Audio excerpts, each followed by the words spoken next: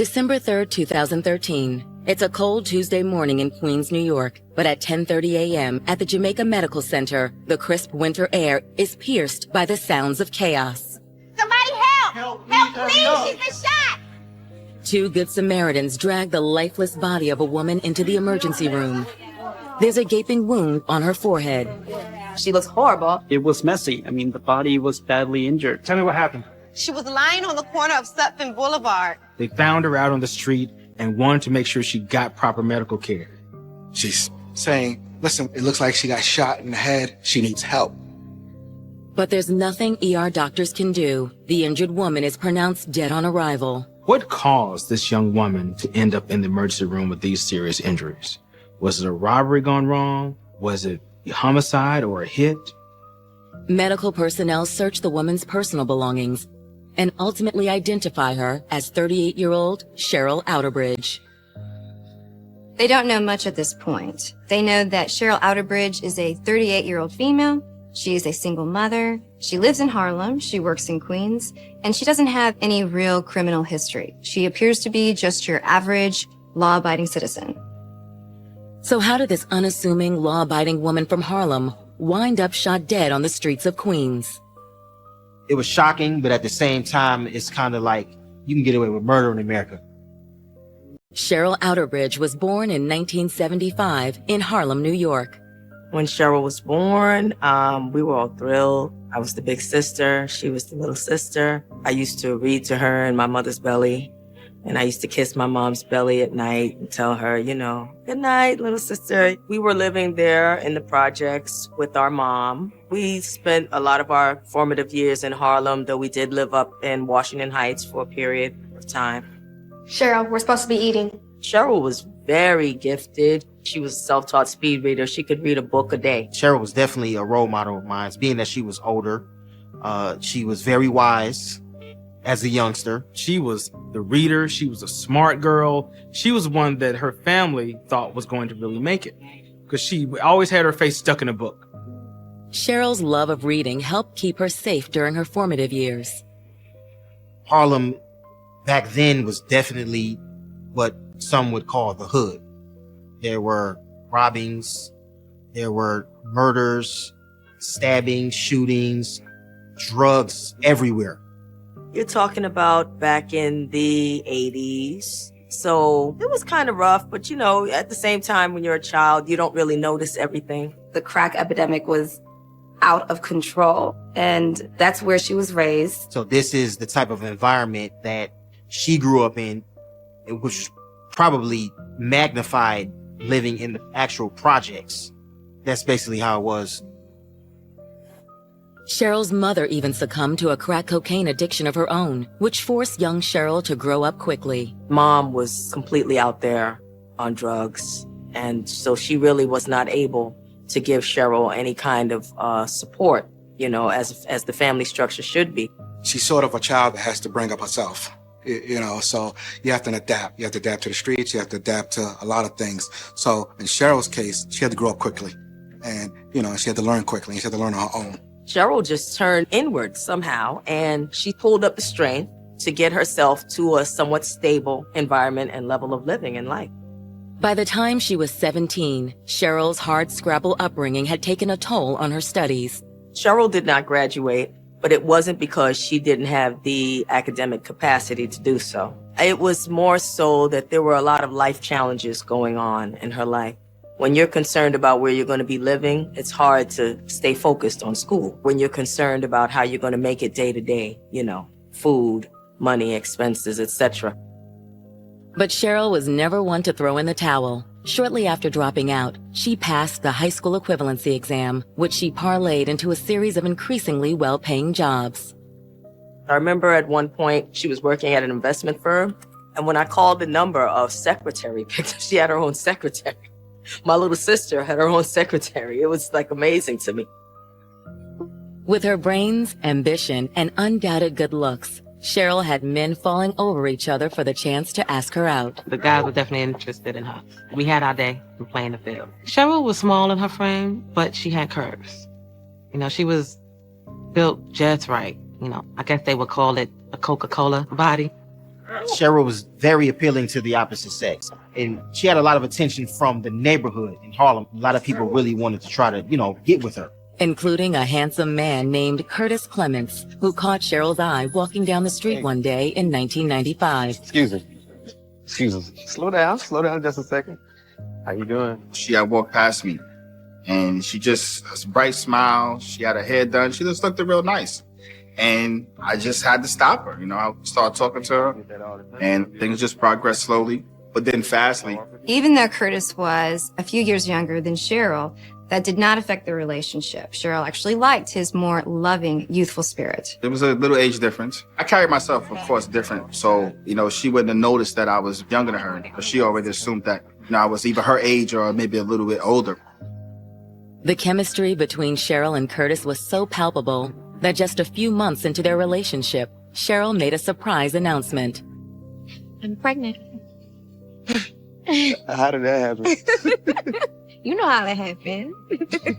She wanted this child very much because when she brought it to my attention, she basically told me, with or without me, she's going to have this baby.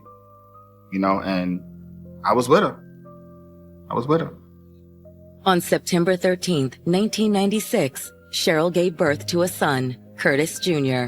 The three were the picture of happiness, but after 18 months, the couple began to drift apart. I think it was kind of mutual understanding. We just went our separate ways, man. We just, we moved on. And then tragedy struck. Her mom was a drug abuser who eventually died of AIDS, and that really impacted Cheryl. She loved her mother, man, and I know she loved her much because when she passed, it hurt her real deeply. She would tell me that, her mother's doing this and that, but at the end of the day, she loved her mother. In the wake of her mother's death, Cheryl was so overcome with grief that she started to worry she couldn't be a good mother to Curtis Jr. Shortly after that, Cheryl made the gut-wrenching decision for Curtis Jr. to live with his father full-time. My mom would always tell me that I had to live with my father for a little while because she was grieving. She was going through so much. Just take good care of him. I got you. I'll be around. Be back when I get myself together. I just cared for my child, make sure my child was fine. That was our concern. But out on her own, Cheryl's depression only deepened. And as weeks turned into months and then into years, Cheryl made a series of poor choices about the men she dated. There were other guys that she was seeing later on, and these guys were terrible. They carried the air of trouble, street guys, maybe even selling drugs or something. They did gang activity. What's up, man? So look, everybody, Cheryl, let me get another drink. Let me get it. Come on now. That's how you gotta do it. You gotta have these girls in check. It was just all wrong. Not the direction you want to be going, when you're trying to get your life in order. When I would meet these fellas, I was very uncomfortable. These were just bad guys, honestly. At a party one night in 2010, Cheryl's poor choices caught up with her in a terrifying way. She was at a party, and the guy who she was with at the time was conducting himself in an abusive manner. He's yelling. He's being obnoxious. He's being abusive. Cheryl, get your ass over here. Cheryl! You're so loud. Talking about so loud, girl. You better hurry up. You're drunk. Right. Wrong with you. You ain't my mama, girl. And I don't want to be. And I'm leaving. Girl, look, you ain't about to go nowhere. Showing off 20. Hands off of me. What's wrong with you? Take a seat. Relax yourself. You good now? I'm good. Take a walk. That's the type of protection that Cheryl wanted. She's overwhelmed. There's this guy who is, he's such a gentleman. He's a hero. He saved her from a potentially, an abusive relationship. And these type of men she's never seen before. Here's this nice, suave, debonair guy who's like a savior who stood up for her and fought for her. You okay? I'm Malik. My friends call me Bishop. Nice to meet you, Bishop. Malik was the epitome of tall, dark, and handsome. He was almost 6 foot tall, slender built, but a little muscular. He seemed very interested in what she wanted and how she felt. And that's how he swept her off her feet. There was this instant connection. Both of them knew that they were totally attracted to each other. After that, then they started to see each other. They were inseparable. They were everywhere together. She was in love with him. He was in love with her. And they just had a very close relationship from the start. Malik was spending a lot more time with Cheryl and actually part-time moved into her apartment. Cheryl was so in love with Malik, she even got a tattoo of his nickname in a place only he could see. I have something I want to show you. For her birthday, she treated herself to a tattoo, Bish Baby, which was a nickname for Malik. With Malik by her side, Cheryl began rebuilding her life. She rekindled her relationship with her son, Curtis Jr., and managed to get her career back on track. My mom had just got a job in Queens, and Malik lived in Queens. She was a phone operator for one of the companies, helping out people who call, like customer service. So, decent job, paid kind of good. It was a long subway ride from Cheryl's apartment. So oftentimes she would stay in Malik's apartment in Queens. She still had an apartment in Harlem, but she would stay there for weeks at a time. Cheryl had a great job at this point. She was with the man of her dreams and they were in love and they were living together. But as the gruesome events of December 2nd, 2013 can attest, Cheryl's dream life had a dark side. And as the investigation into her murder unfolds, those closest to Cheryl must ask themselves, had her hard knock past come back to haunt her? Harlem resident Cheryl Outerbridge had weathered more than her fair share of tough times. But thanks to the love and support of her new boyfriend, Malik, aka Bishop, Cheryl's life seemed to be back on track. Cheryl is captivated by this guy. In a way, it's like a breath of fresh air. Imagine you've only been in abusive relationships, and then this guy comes out of nowhere and saves your life, essentially. She probably was in love at that point. Which makes the gruesome scene at Jamaica Medical Center all the more terrifying. They found her out on the street with severe injuries. They picked her up and they took her to the hospital, and they think that she had been shot. She was dead upon arrival.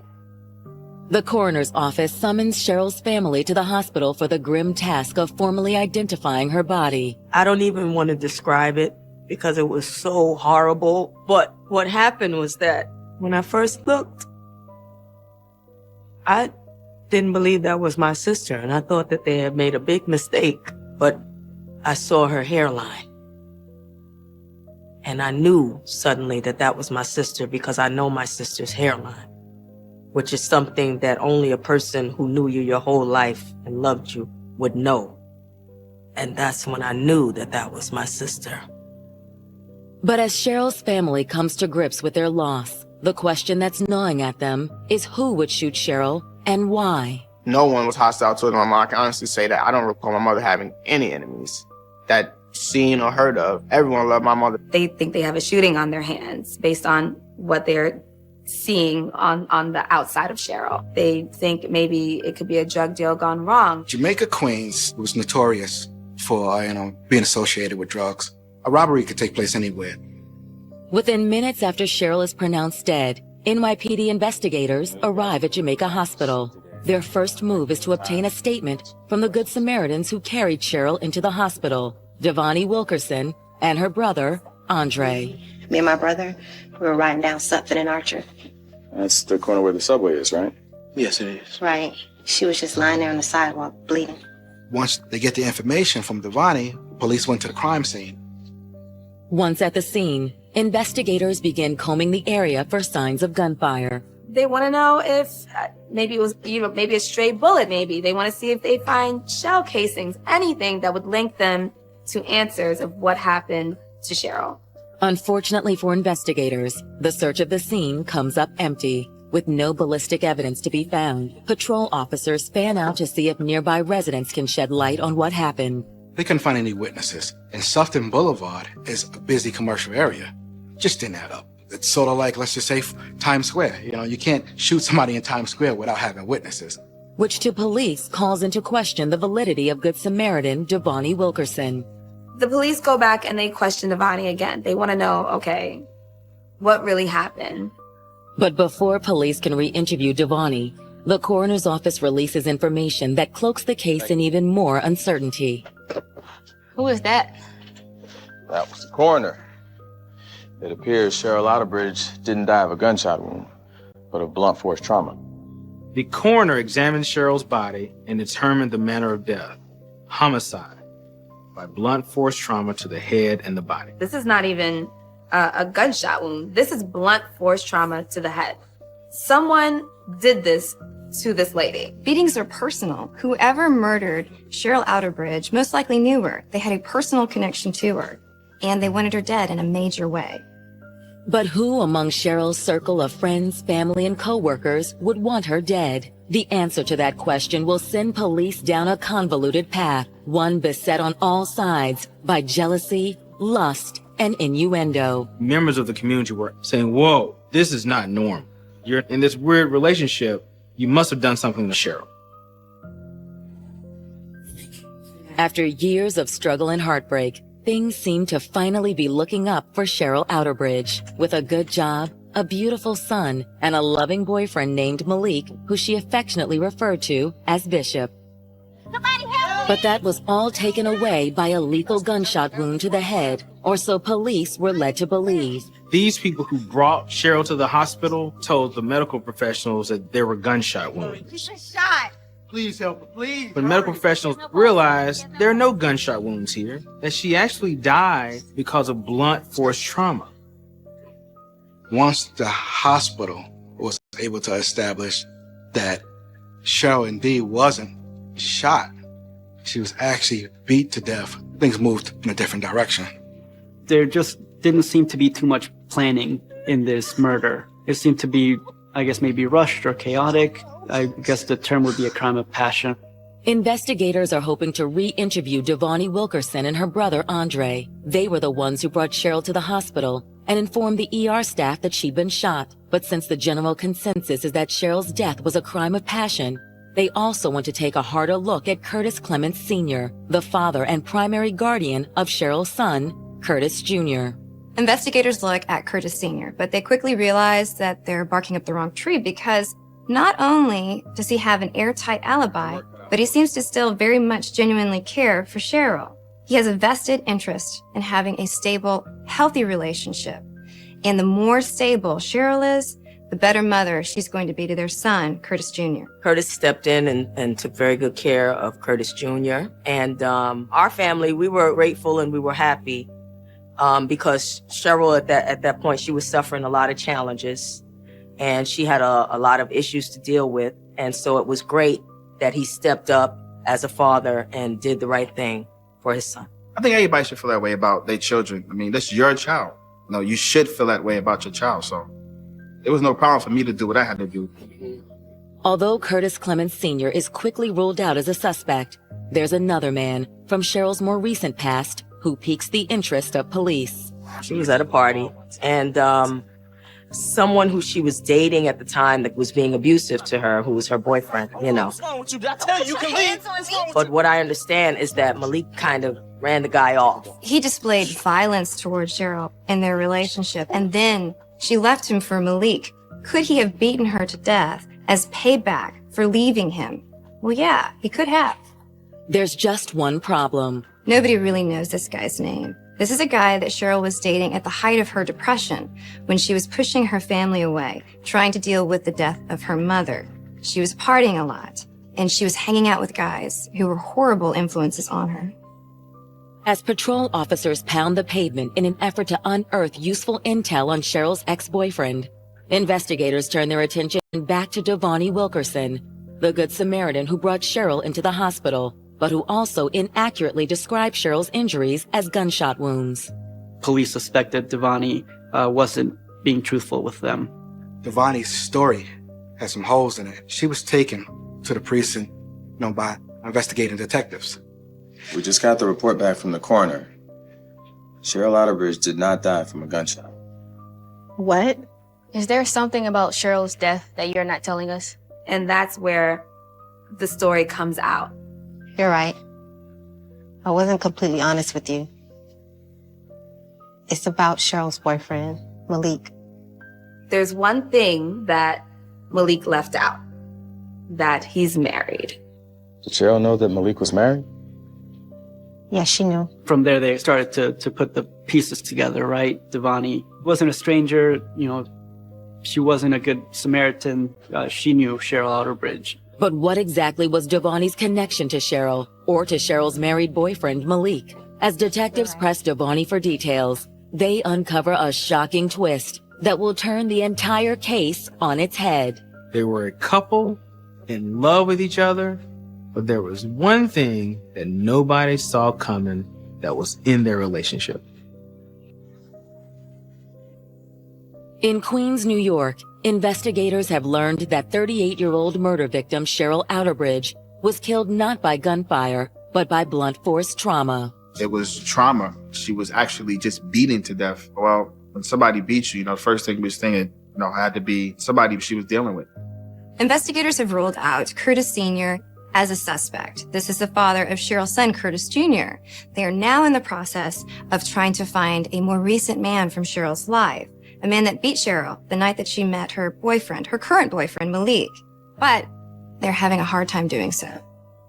In the meantime, police have brought Devani Wilkerson back in for additional questioning. They want to know, okay, what really happened? There's no crime scene. And the medical staff says that this is not a gunshot wound. So what actually happened? It's during this follow-up interview that Devani makes a startling revelation. I'm Malik's wife. Devani tells investigators how Cheryl ultimately discovered that the man she affectionately called Bishop was married to another woman. When Cheryl met Malik, at the beginning, he didn't tell her he was married. He kept that a secret. And so everything was so perfect at the beginning. Then Malik told her the truth. Cheryl had fallen in love with a married man who was still living with his wife. So what was Cheryl going to do? Was she going to drop the relationship?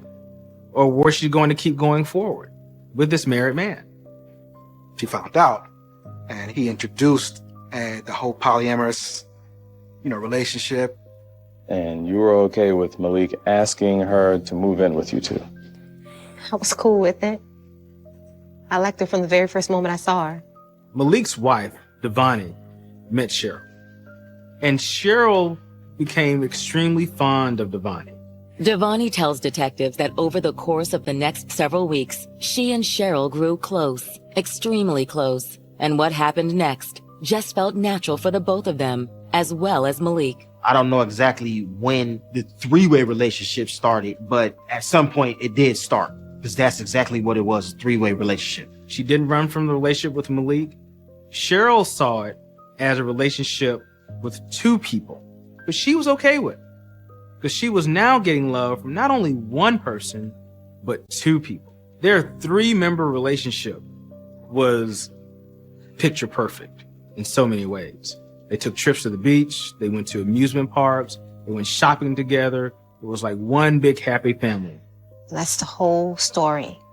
Malik, Cheryl, and me, we loved each other. Devani's statement is a twist investigators didn't see coming, but it still doesn't explain what happened to Cheryl. So, Devani, how did Cheryl end up dead?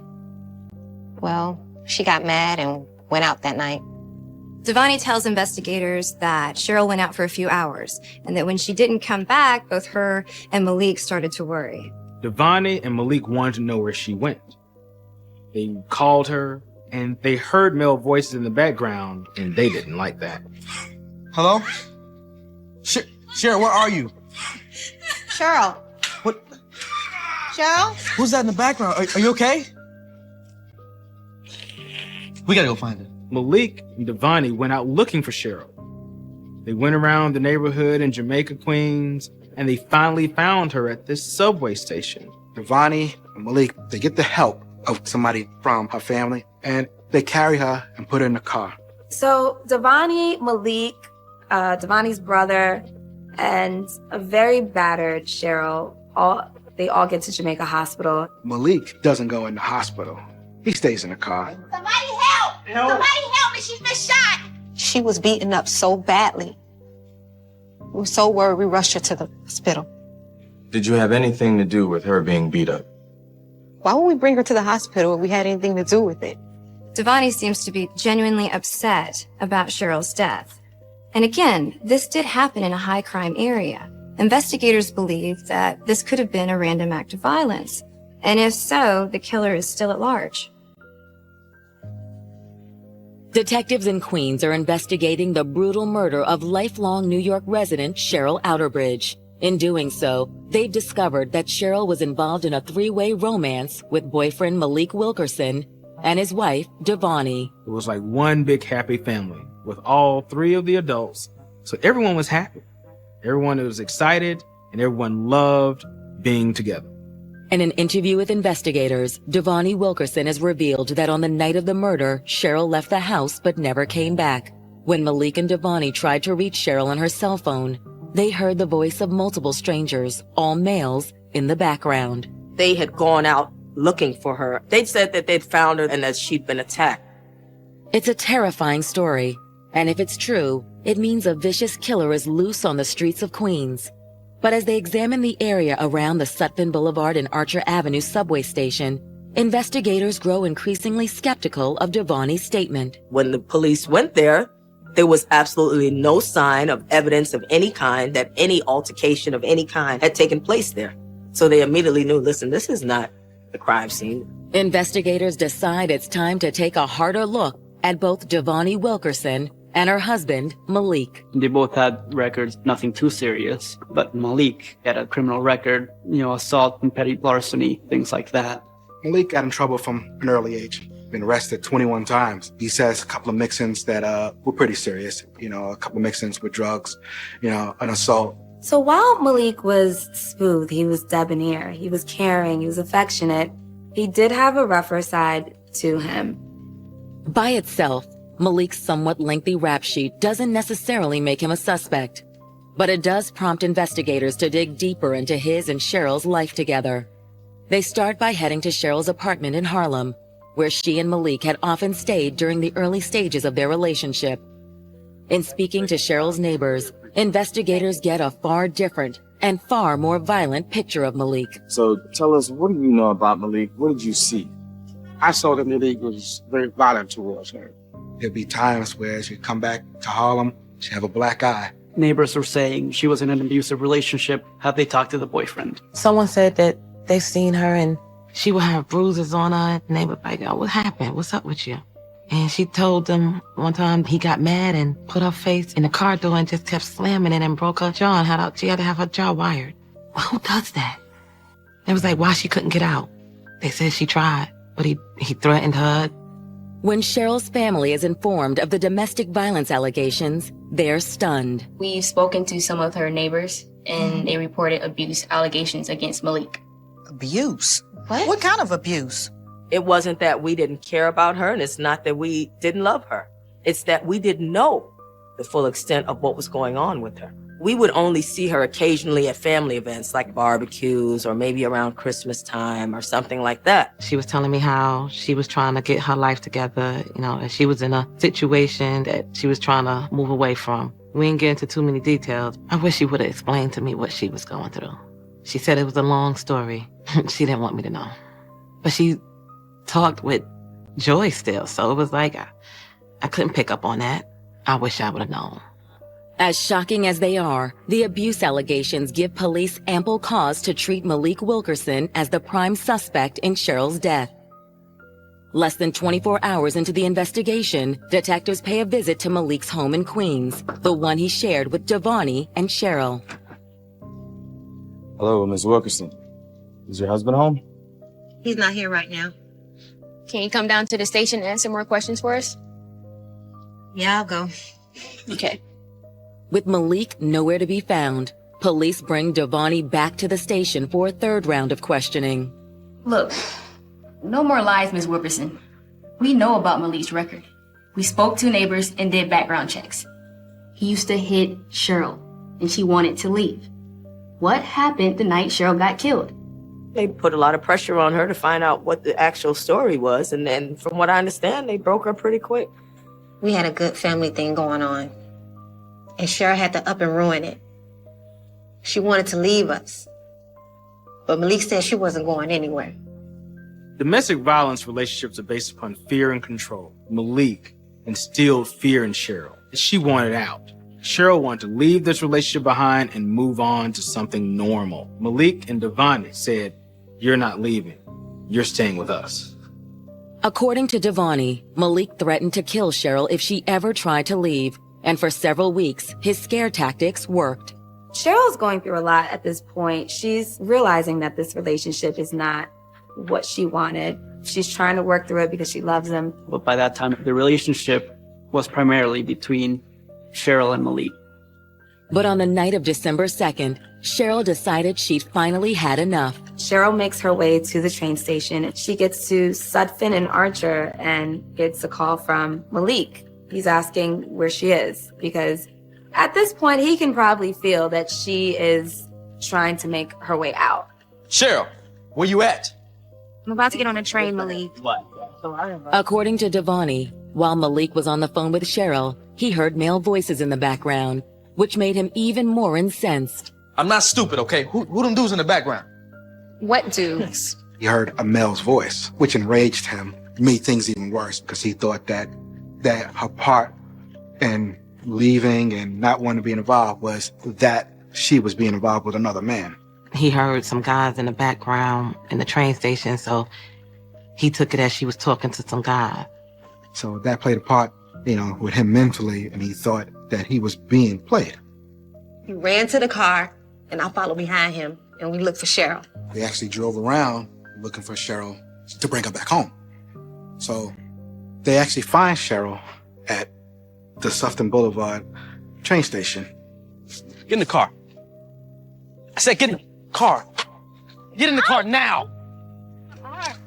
Malik gets out, physically grabs her, drags her into the car, and they bring her home. And things get pretty much deadly. What are you doing, Malik? Disrespect me! Kids! I told you! Malik, stop! Shut up! I couldn't believe how crazy Malik got. He got crazy. Fighting back tears, Devani details the violent beating Malik rained down on Cheryl. Get the hell out of here! Devani says that Malik took her back to their home, but she was beat with a bottle, a lead pipe, a paint roller, had multiple cigarette burns and scratches on her face and arms and legs. This torture, this was way over the top. It was ridiculous. It was sickening. Something that, I haven't seen in my entire career. 30 minutes of this horrible, horrible abuse. She passed out. They left my sister laying in the living room, and they decided, okay, we're going to bed now. And they went to bed and they slept all night. And the next morning when he got up to go to work, he went to wake my sister. And that's when they realized that she was non-responsive. Cheryl. Cheryl, wake up. Cheryl, wake up. Devani. What? She's not breathing. Oh my God. Cheryl, wake up. See? That's when they decided that they need to take her to Jamaica Medical Center. Devani tells detectives that Malik stayed in the car while her brother helped bring in Cheryl. This guy was sort of like helping them, unknowingly, what they did, but helping them carry Cheryl into a Jamaica hospital emergency room. But by that time, it was too late. Devani says they made up the story about finding Cheryl on the street. Where's Malik now? In Pittsburgh with his family. He was running. When you do something wrong, you run. So that's what he was doing. And he was basically trying to put it off on her. So we said, hey, yeah, you take her inside, Or you take her inside, I'm going to run. And let you deal with the problem. With Devani Wilkerson's confession in tow, police issue a warrant for Malik's arrest. But will they be able to bring him to justice? Or will Malik Wilkerson get away with murder? As detectives race to the Steel City, little do they know that there's still more to the murder of Cheryl Outerbridge than they could ever imagine. It's hard for people to keep a lie straight. The investigation into the murder of Harlem native Cheryl Outerbridge has revealed a steamy three-way romance between Cheryl, her boyfriend Malik, and Malik's wife, Devani. But according to Devani, the relationship had turned violent, and when Cheryl tried to extricate herself, Malik savagely beat her, then left her for dead in their living room. Devani revealed that her husband Malik had beat Cheryl because he was jealous and he couldn't take that she was about to leave. And so he beat her to that state that she was in and he ran off to Pennsylvania. That's when the police started their search for Malik. Devani ratted out Malik. She told police it was all Malik's fault. I know where he is, and led them exactly to where Malik was going. On December 7th, 2013, just 4 days after the murder, authorities tracked down Malik Wilkerson. The police find Malik and he's in Pittsburgh, hiding out with family. They arrest him immediately and they bring him in for questioning. We know what you did to Cheryl. I don't know what you're talking about. We spoke to Devani, and she told us everything that happened. You know how you beat Cheryl to death? But when detectives grill Malik about his involvement, he claims there's more to the story than what Devani has told them. Look, y'all need to talk to her again, because that's not how it went down. Why don't you tell us how it went down? I'm not saying anything. Y'all need to talk to her. With Malik refusing to play ball, detectives pressed Devani for more information about Cheryl's death. Listen, Devani, we talked to Malik. You sure there isn't anything else you need to tell us about what happened that night? Devani's story started changing. Bit by bit, they got the details from her. They broke her, basically. And eventually she told them the whole thing. Well, when we brought her back to the house, Malik didn't just start beating her. Rather, Devani claims she joined him in the attack against Cheryl. Trying to leave us, bitch? Well, not with my clothes, you not. Take them off her then. First thing that they do is they strip her, and you can visually see the tattoo on her buttocks. There it is. They both see it plain as day. Bish baby tattooed on Cheryl's buttocks. And Devani loses it. How dare you? Malik is my husband. That's my nickname for him. Cheryl had recently gotten a tattoo without Devani's knowing of Devani's actual pet name for Malik. This enraged Devani, of course. That is the pet name that she gave her husband. And how dare any other woman tattoo it on them? She was so resentful of the tattoo that my sister had got. She felt that that was a violation of their relationship for my sister to have that tattoo on her body. And that was reserved exclusively for her. She took a beer bottle and she threw it at Cheryl's head and broke her head, causing a laceration. And then she picked up a pipe and she started beating her with it all over her body. Honestly, the whole thing is crazy to anybody who has a half a brain. The whole thing is crazy. I mean, you think it's okay to beat someone to death because of a tattoo, but yet you don't mind, you don't mind sharing the guy. It's just crazy. What are these crazy rules and regulations that they were living under? To me, it just sounded like insanity. Devani's motive was jealousy. Malik's motive was just pure obsession. This love triangle breeded jealousy. Jealousy on the part of Malik because he didn't want any other man dealing with his woman. It was jealousy with Devani because she knew that Cheryl was overstepping her bounds. She had a tattoo of her man's name on her body. And it was a perfect storm for a murder. Most people realize that a relationship basically is only going to work with two people. Once you start adding a third person, a fourth person, or whatever the case is, once you start adding more people in, now you're going to have imbalance and drama. That's how those things mostly end up, For detectives, Devani's statement solidifies their case. They formally pressed charges against Devani and Malik for the murder of Cheryl Outerbridge. The story that they were trying to sell was basically that Cheryl had gone out and that when she didn't come home or whatever, by the morning time, they'd gone out looking for her, like they were good Samaritans. That's how they tried to present themselves. Like we were so concerned about her, when in fact they were the ones who had killed her. In June of 2014, Devani Wilkerson agrees to plead guilty to second-degree kidnapping and manslaughter. A year later, Malik Wilkerson pleads the same. The judge sentences them both to just 20 years in prison. In order to have murder, you gotta have the intent to kill this person, to take this person's life. Manslaughter comes into play when you intend to hurt this person, but you don't intend to kill him. So in this particular case, the district attorney was willing to agree to the fact that maybe these two wanted to brutally hurt her, but they didn't mean to kill her. Cheryl Outerbridge's friends and family are livid. 20 years, that's it. I don't feel like justice was served. I really don't. I believe that 20 years was nowhere near enough to suffice for what they did to my mother. If they took someone else's life, you should live your life out in confinement. You should not be able to see daylight again. This hurts me, knowing that they will be able to walk free one day. I despise them monsters. Because she was a good person. We all go through things. We all make mistakes. We all, done our dirt and wrong in life. But I tell you what, she ain't deserve, no matter what was going on, she ain't deserve to be taken from us like that. Her heart was too big. She was full of love. It was senseless. But despite what they feel is a lack of justice, Cheryl's loved ones will never forget the beautiful, kind-hearted woman who worked hard to overcome adversity, only to die at the hands of the two people she believed truly loved her. I still smile because I see her smile whenever I think of her. I don't think of her as how she died. I think of her as how she was growing up. Loving, caring, funny, feisty. And if she was your friend, she was your friend. That's how I remember her. I wish she was here. I just wish she was here. I miss you.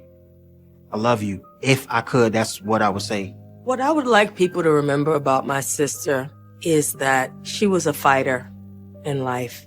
She never gave up. How strong her personality was. How infectious her laugh was. She could make anybody feel warm and accepted. When she was gone from our family, it's like that we lost one of our brightest lights. I just want to say rest in peace, Cheryl. She's at peace now. And the rest of us are left behind here to deal with the pain.